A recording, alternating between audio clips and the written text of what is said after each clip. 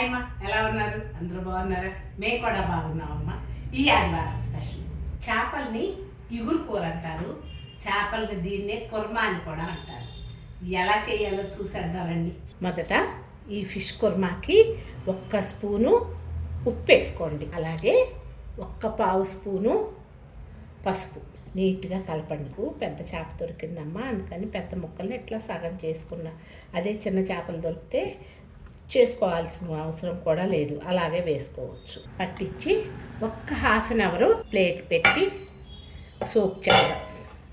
2 కిలోలు చేపలకి 1 స్పూను ధనియాలు, అలాగే 1 స్పూను గసగసాలు, ఒక 10-15 బాదం పప్పులు, జీడిపప్పులు,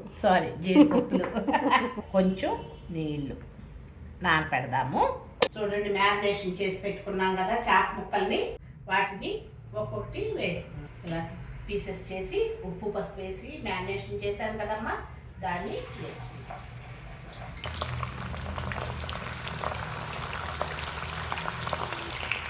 ఇది నూనె మనకి గానుగు నూనె కదమ్మా, అందుకని కొంచెం పొంగు వస్తుంది.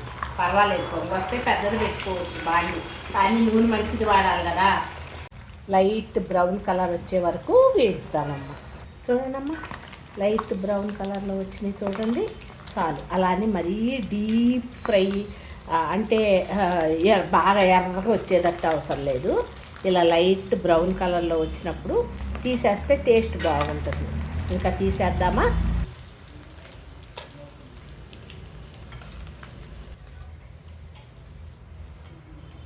ఇప్పుడు ఇంకొక వాయి వేసుకున్నాం.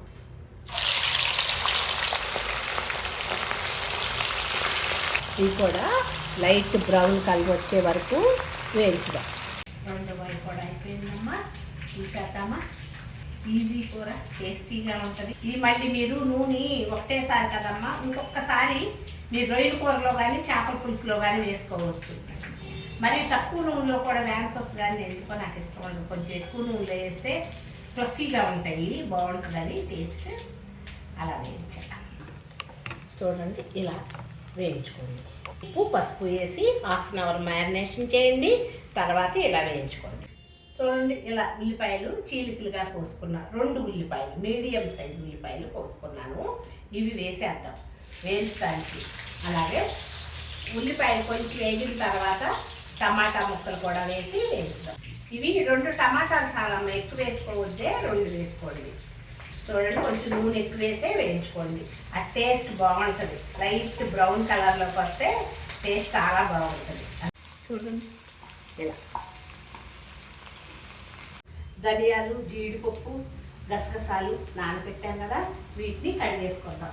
ఇది ఎక్కువసేపు నుంచోలేదు కదా, అందుకని వేసా కూర్చుంటానికి. మసాలా కోసం 2 ఇలాచీ, కొంచెం కొబ్బరి, ధనియాలు, జీడిపప్పు, గసగసాలు, వెల్లుల్లి గబ్బాలు వేడింది, అలాగే అల్లం ముక్క, కొంచెం నీళ్ళు పోసి మెత్తగా పేస్ట్ చేసుకుంటాం. చూడండి, లైట్ బ్రౌన్ కలర్ వచ్చినాయి కదా, టమాటా ముక్కలు వేసేద్దాం. 2 టమాటా ముక్కలు చూడండి వేగిపోయింది, బ్రౌన్ కలర్లోకి వచ్చేసింది కదా.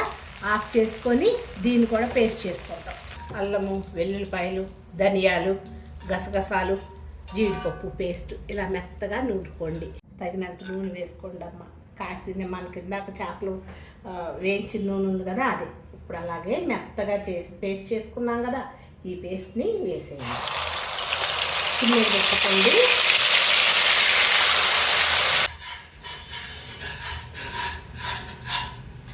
సిమ్మె పెట్టుకొని లైట్ బ్రౌన్, కొంచెం టైం పడుతుంది, హై మీద పెడితే మాడిపోతుంది. ఇదిగోండి, ఇలా అడుగంటుకోండి. అడుగంటుకోకుండా చూడండి, సిమ్ మీద పెట్టి వేయించండి. అవి వేగే లోపల ఇదిగోండి, ఉల్లిపాయలు టమాటాలు వేయించాం కదా, దీన్ని మెత్తగా పేస్ట్ చేసుకొచ్చేద్దాం. చూడండమ్మా, లైట్ బ్రౌన్ కలర్లో, బిస్కెట్ కలర్లో వచ్చింది. ఇప్పుడు దీంట్లో చూడండి, ఉల్లిపాయలు టమాటా పేస్టు వేసేద్దాం.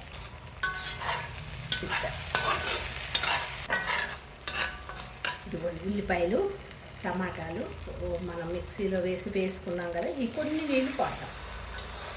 వేసి హై మీద పెట్టండి. ఇప్పుడు చీలికలుగా చేసి పెట్టుకున్న ఒక 3 పచ్చిమిరపకాయలు వేశాను. అలాగే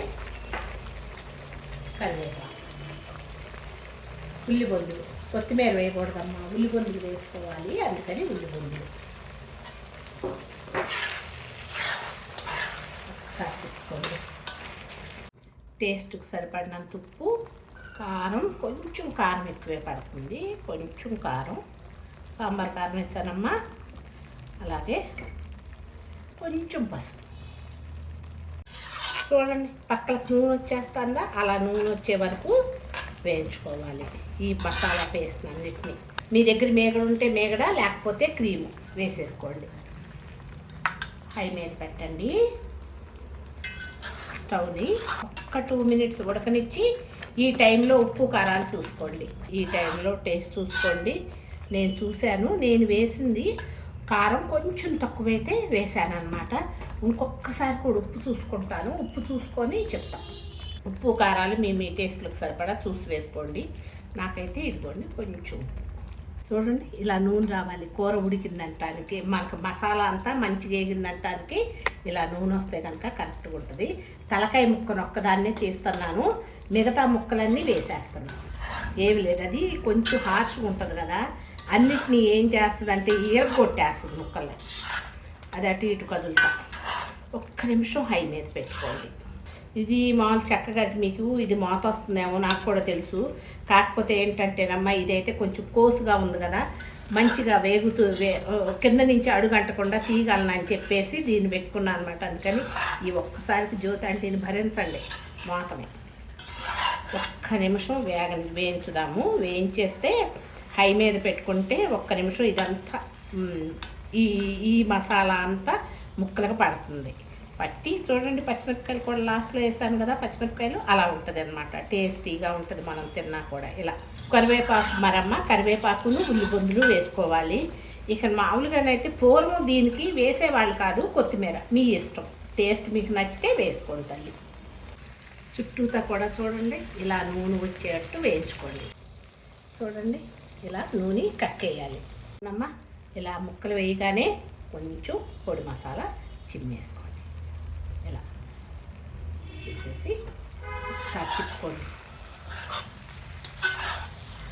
ఎలా ఉందమ్మా నేను చేసింది ఫిష్ కుర్మా? నచ్చిందా మీకు? కొంతమంది పెరుగు కూడా వేస్తారు. ఫిష్లో పెరుగు కాంబినేషన్ కరెక్ట్ కాదని ఆయుర్వేదంలో చెప్తారు. అని నాకు తెలిసింది.